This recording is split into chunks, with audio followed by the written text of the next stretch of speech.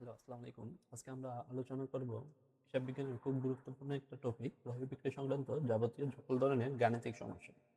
এখান থেকে প্রতি বছর ভর্তি পরীক্ষায় ইন্টারে প্রথম পত্র ও দ্বিতীয় পত্রতে অনেকগুলো এমসিকিউ প্লাস কিছু গুরুত্বপূর্ণ সিকিউ সমাধান করার জন্য আমাদের এই টপিকটা লাগে। তাহলে আমরা কেমনে সমাধান করব ক্রয় ও বিক্রয় সংক্রান্ত গাণিতিক সমস্যা, এটা জানার জন্য আমাদের কিছু হার মাথায় রাখতে হবে, যে হারগুলো দেওয়া থাকলে আমরা শর্টকাটে তাড়াতাড়ি সলভ করতে পারবো, এবং যদি এগুলোর বাইরে কিছু আসে তাহলে আমরা কিভাবে সমাধান করব ওটা একসাথে শিখে নিব। যেমন আগে আমরা এভাবে লিখতে থাকবো, 100কে 1 দিয়ে ভাগ করলে 100, 2 দিয়ে ভাগ করলে হচ্ছে 50, আর 3 দিয়ে ভাগ করলে হবে 33.33%, 4 দিয়ে ভাগ করলে 25, 5 দিয়ে ভাগ করলে 20%, 6 দিয়ে ভাগ করলে 16.67।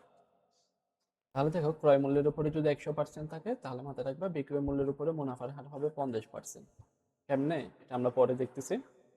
ক্রয় মূল্যের উপর মুনাফার হার 50% হলে বিক্রয় মূল্যের উপর মাথায় রাখবা 33.33, আর ক্রয় মূল্যের উপরে যদি 33.33 হয় বিক্রয় মূল্যের উপর মাথায় রাখবা 25%, আর ক্রয় মূল্যের উপরে যদি 25% হয় তাহলে বিক্রয় মূল্যের উপরে হবে 20%, আর এখানে 20% হলে এখানে হবে তোমার 16.67, আর ক্রয় মূল্যের উপরে যদি 16.67 হয় তাহলে বিক্রয় মূল্যের উপরে আসবে 14 দশমিক সামথিং কিছু।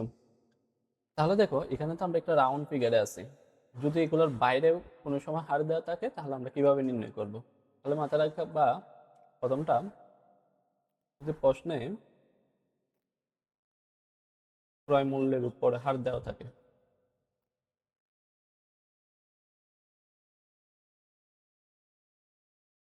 ক্রয় মূল্যের উপর হার দেওয়া থাকলে, কারণ ক্রয় মূল্যের উপর হার দেওয়া আছে মানে তোমাকে অবশ্যই বের করতে বলছে কি বিক্রয় মূল্যের উপরে হার বের করতে বলবে। ক্রয় মূল্যের উপরে হার দেওয়া আছে, অনেক সময় দেখবে ক্রয় মূল্য না বলে এখানে বিক্রিত পণ্যের ব্যয় বলতে পারে, বিক্রিত পণ্যের ব্যয়। তাহলে এটা কি ধরে নিবা, ক্রয় মূল্যের উপর হার দেওয়া থাকলে সমাধান করার জন্য যেটা করতে হবে সেটা হলো কি, এখানেও 100, এখানেও 100, তাহলে মাথায় করবা কি, এখানে কি করবা, 100 গুণ হার আর 100 যোগ হার। তাহলে এখানে কি দিবা, 100 যোগ,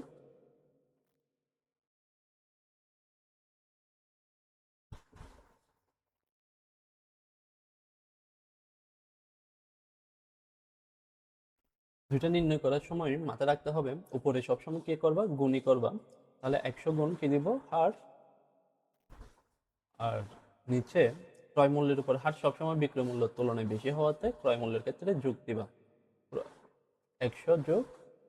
যেমন দেখো, আমাকে প্রশ্ন করছে ক্রয় মূল্যের উপরে লাভের হার যদি 25% হয়, ক্রয় মূল্যের উপর লাভের হার যদি 25% হয়, বিক্রয় মূল্যের উপর হার কত।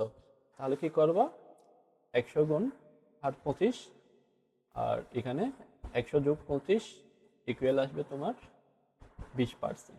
আর যদি তোমার চার্ট মাথায় থাকে তাহলে সাথে সাথে 1 সেকেন্ডে আনসার দিতে পারবে। এখন এটা আমরা শেখার পিছনের কারণ হচ্ছে, আমাকে যদি ভিন্ন কোনো পার্সেন্ট দিয়ে থাকে, তাহলে ধরো ক্রয় মূল্যের উপর হার যদি 30% হয় তাহলে 100 গুণ 30, 100 যোগ 30, এখান থেকে একটা যে কোনো আনসার আসবে। তাহলে এটা ফার্স্টে মাথায় রাখবো ক্রয় মূল্যের উপর হার দেওয়া থাকলে। সেকেন্ড, আমার যেটা মাথায় রাখতে হবে সেটা হলো কি, বিক্রয় মূল্যের উপর হার দেওয়া থাকলে।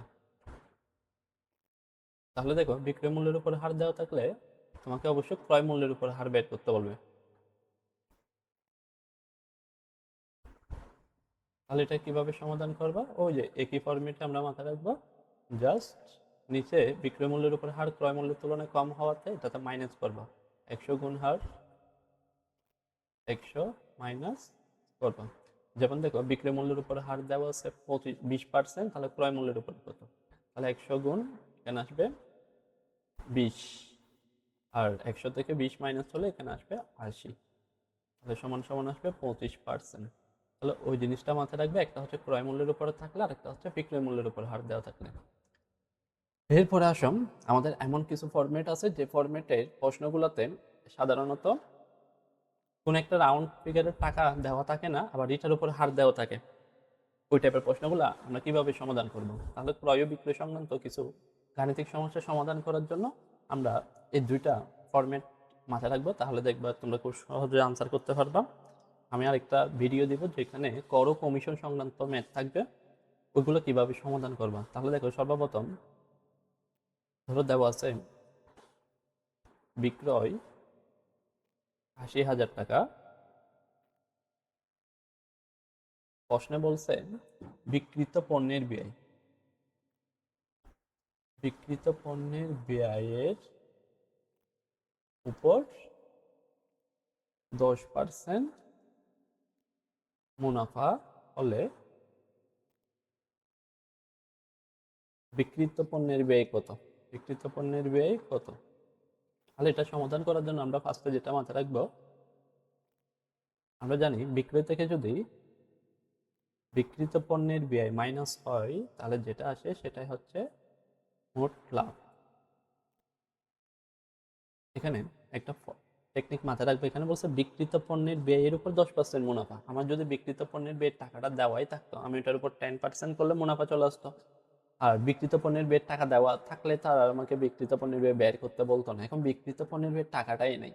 এখন সমস্যাটা আমাদের সমাধান করার জন্য যেটা মাথায় রাখতে হবে, বিক্রিত পণ্যের ব্যয়ের 10% লাভ। তাহলে বিক্রিত পণ্যের ব্যয় কত জানি না, যার উপরে বলছে ওকে আমি 100 ধরছি, আর মোট লাভ হচ্ছে কত, 10। তাহলে বিক্রয় হচ্ছে 110। এই যে আমরা ছোটবেলায় যে শতকরার ম্যাথ সমাধান করার জন্য যেটা অ্যাপ্লাই করতাম। তাহলে যা দেওয়া আছে, এখন এই যে স্লোগানটা আমাদের রাখবা, যা দেওয়া আছে তা দিয়ে ভাগ, যা বের করতে হবে তা দিয়ে গুণ। তাহলে কিসের টাকা দেওয়া আছে, বিক্রয়ের টাকা দেওয়া আছে। তাহলে বিক্রয়ের টাকা যদি দেওয়া আছে, আমরা কি করবো, ৮০,০০০ ডিভাইডেড 110, আর যা বের করতে হবে তা দিয়ে গুণ। তাহলে বিক্রয় দিয়ে বিক্রিত পণ্যের ব্যয় দিয়ে গুণ করলে এখানে বিক্রিত পণ্যের ব্যয়ের টাকায় চলে আসবে। আর আমাকে যদি এখন মোট লাভ বের করতে বলে, যা বের করতে হবে তা দিয়ে গুণ, তাহলে আমার এখানে গুণ করতে হবে 10 দিয়ে। একই ফরম্যাটের প্রশ্ন ভালো করে মাথায় রাখবো। উল্টা প্রশ্ন যদি আমাদের এভাবে করে, এখন সেকেন্ড দেখুন, প্রশ্নতে করছে কি, বিক্রিত পণ্যের ব্যয় ৮০,০০০ টাকা, এখন বলছে বিক্রয়ের 10% মোট লাভ, বিক্রয়ের 10% মোট লাভ হলে মোট লাভ কত, মোট লাভ আর একটা বলছে বিক্রয় কত। তাহলে এটা যদি আমরা সমাধান করি তাহলে কিভাবে করব, ধরো প্রশ্নে বিক্রয় থেকে আবার সেম আমরা যদি কি মাইনাস করি বিক্রিত পণ্যের ব্যয়, তাহলে আসবে আমাদের কি মোট লাভ। তাহলে যেটা মাথায় রাখবা সেটা হলো কি, আবার এখন দেখুন, এখন বলছে বিক্রয়ের 10% মোট লাভ, বিক্রয় কত জানি না, তাহলে এখন বিক্রয়কে 100 ধরতে হবে, মোট লাভ 10। তাহলে এখন বিক্রিত পণ্যের ব্যয় হবে 90। তাহলে যা দেওয়া আছে আবার তা দিয়ে ভাগ, ৮০,০০০ ডিভাইডেড 90, যা বের করতে হবে তা দিয়ে গুণ। আমাকে মোট লাভ বের করতে হলে 10 দিয়ে গুণ, আমাকে যদি বিক্রয় বের করতে বলে তাহলে 100 দিয়ে গুণ। তাহলে এখানে অ্যান্সার চলে আসবে। আশা করি বুঝতে পারছো।